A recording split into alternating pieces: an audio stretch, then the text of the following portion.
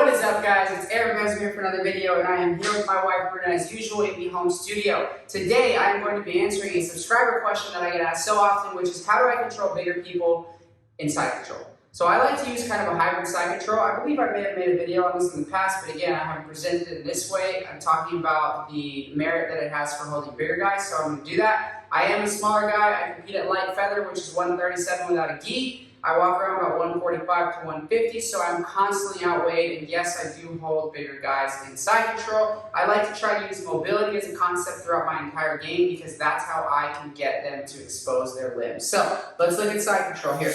So you're going to just lay down feet here. Other way, yep. So how do I hold side?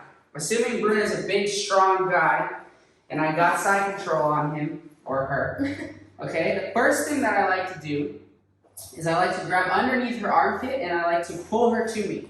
I'm not going to cross face her as hard as I can because I'll regret it later, but I would pull her to me and dip my shoulder into her, okay? My head is going to be facing the way, okay? I'm not facing this way. It's going to allow me to put more pressure, and it's going to allow me to stay in a position where I'm able to continuously pass and she's able to retain. That's going to be a very important theme throughout this video. I put myself in a position where I expect the bigger guy to be able to throw me off or around, but I put myself into an advantageous position where I intend for that to happen so I can continue to pass their guard. That's where the next grips come in. I like to grab on the inside of the pants or over here, any one of the legs. You can control this leg. I like to control the leg nearest to me, okay? And here's where I change my side control a little bit. I like to put my knee across her body, okay? Now it's important to note that I can go with my toes on the mat, which isn't going to put as much weight, or I can take my toes off the mat. I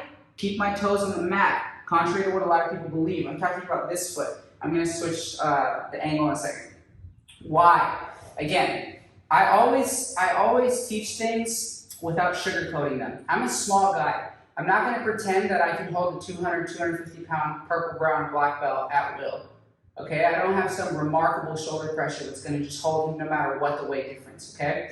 What I do have is the ability to be mobile and continue to put myself in a position where if they retain, I can pass. And I can understand that they're going to because of the position I put myself in. So for example, if I'm here and here, most people won't continue to press forward. And as I drive my shoulder forward, again, I'm being nice, put my head to the mat and start to go into the mount or move around, they're typically going to stop. Remember to pull her to you. Okay, but what happens if they get an elbow under your throat and they shove me this way, like so?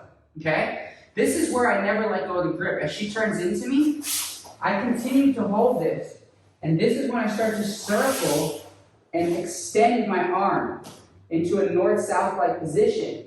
And as they start to give up, that's when I bring my knee here. Sometimes she tries to bring this leg over really hard, okay? Start to bring this leg, your knee in and try to like guard. Yes, exactly.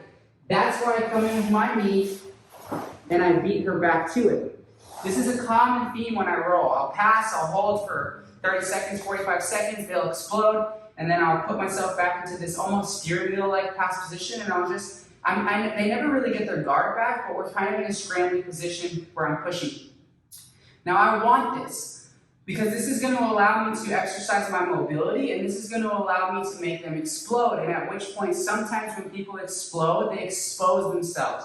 So this is something that happens really often, right? Sometimes as they're really turning into me, trying to turtle, I'll bring my knee over, I'll switch, and then I'll start to attack their back, right? There's a bunch of different opportunities that can present themselves, okay? Sometimes as they start to just turn into me, I can pull the other knee down, and I can just switch here, and I can start to attack Ezekiel chokes. That's something I do very often. I start to attack arm triangles.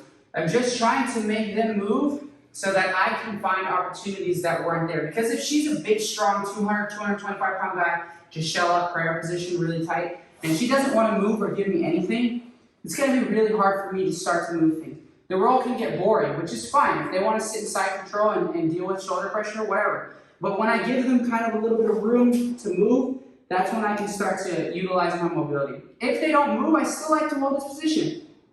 My knee being here makes me very comfortable that they're not going to retain guard. It acts as a barricade between my legs and her legs, so it's very hard for her to retain. I still have very good base, and one of my favorite passing positions is the back step. So even if she just shoves me way over this way, I just step back like so, and I'm being nice. All my pressure would be on her head at this point. And sometimes I'll circle right back into the mount or something. So let's see it from the other side. So we're here and here. I like to control the outside or inside of the pants. I like to bring my knee here, right at the hip to block the legs from moving, and I'm staying on my toes and I'm pulling my opponent to me. Okay? If I ever feel they're going to shove me, it turns me really hard. I just move this leg back. Okay? Now I have a lot of options. I can switch sides. I can just start to force her this way. I can do a lot of different things, guys.